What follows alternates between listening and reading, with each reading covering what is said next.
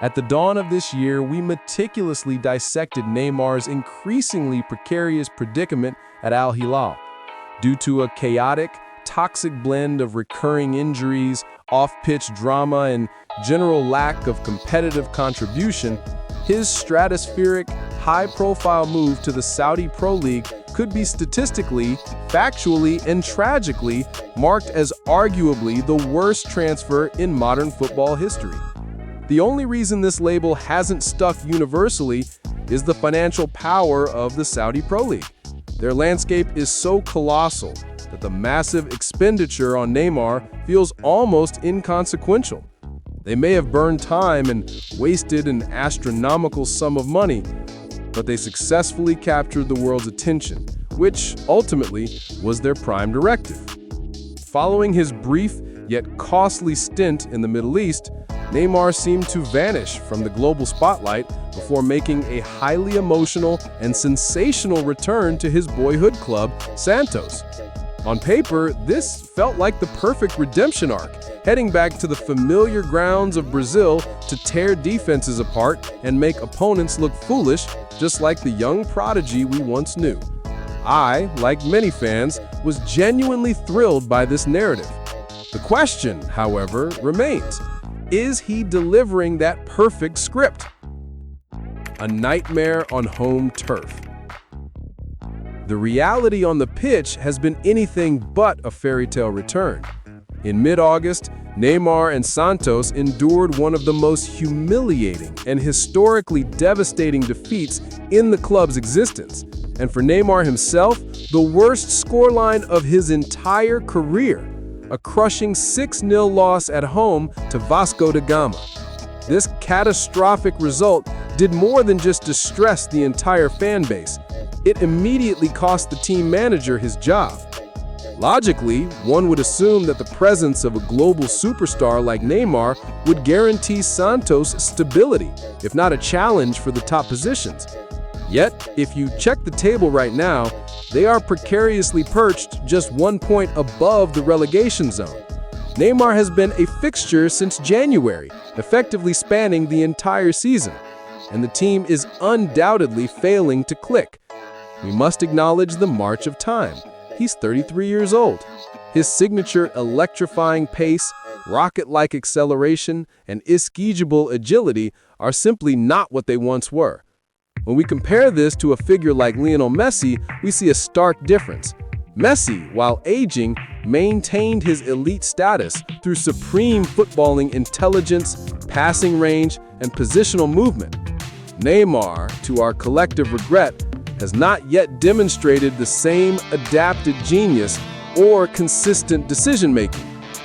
Given that Neymar chose Al-Hilal over European competition and now struggles with Santos, do you believe his drive for financial gain ultimately cost him his place among football's immortal legends? Comment below. Stats don't lie, a shadow of his former self. Neymar's raw performance data for Santos paints the most undeniable and stark picture. While he hasn't been completely disastrous, he certainly has not delivered the "oh my God" level of football we expect. In the demanding Brazilian Serie A this year, he has managed only 13 appearances, 11 starts, with an underwhelming return of just 3 goals and 0 assists. Though he showed some moderate flashes of form earlier in the Paulista Serie 1 tournament, 3 goals, 3 assists in 7 games, his league contribution, where it truly counts, is seriously concerning. The emotional tether between the Santos faithful and their prodigal son remains strong, bolstered by the club's legendary connection to Pelé.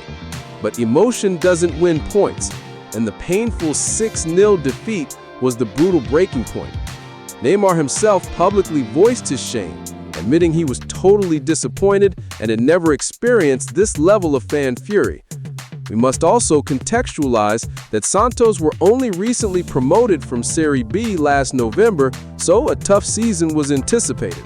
But the universal hope that Neymar would be the catalyst to drag them to safety has been thoroughly extinguished. 13 games, 3 goals. The superstar impact simply isn't materializing. the shadow of injury and the price of pace.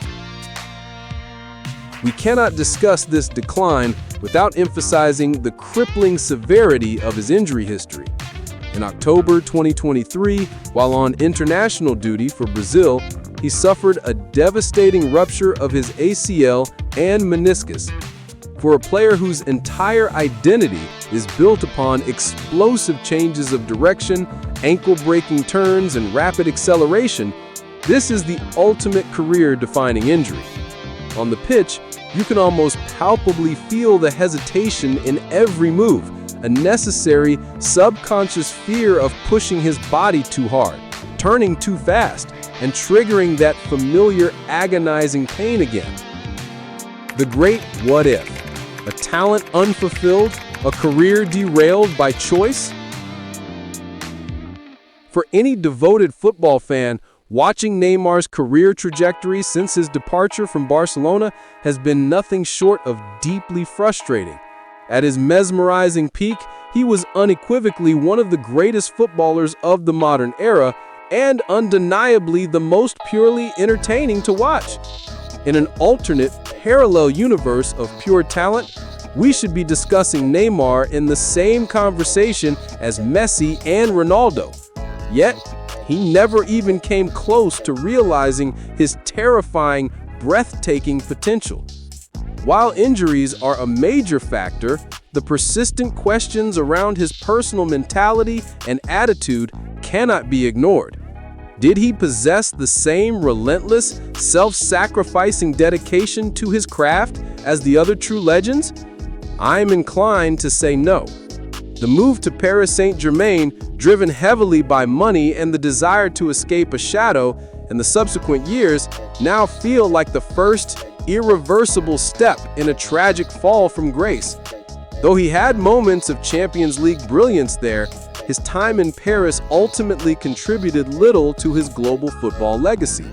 The French league, with its unique, highly physical nature, lacked the global competitive weight of La Liga or the Premier League. It's no coincidence that many observers believe the sheer physicality of Lugan directly contributed to the relentless stream of injuries he suffered after 2017. Was Neymar's career primarily ruined by his decision to prioritize the immense financial rewards of PSG and Al-Hilal over the competitive rigor of a top-tier European league?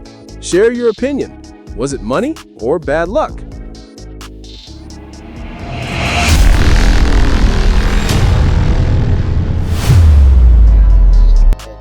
A star fading into irrelevance.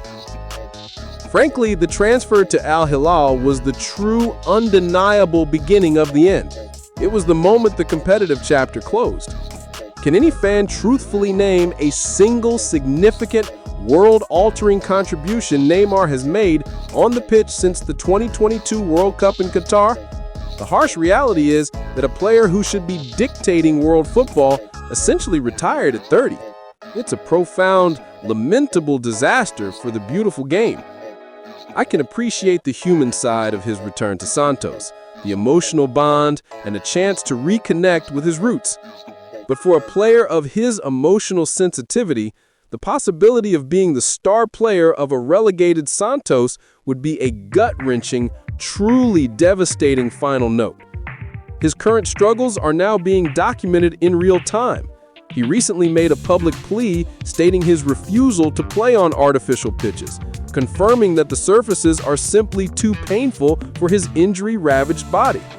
His new playstyle is a compromised version of the old, slower, still capable of momentary flair, but fundamentally lacking the clinical, final third quality that made him lethal, a direct, unavoidable consequence of the lack of confidence and the physical toll of repeated injuries. This is the difficult, controversial, and shocking reality of Neymar right now. His career has been a roller coaster of unmatched talent and equally unmatched disappointment, now defined by the specter of money and the ghost of what could have been.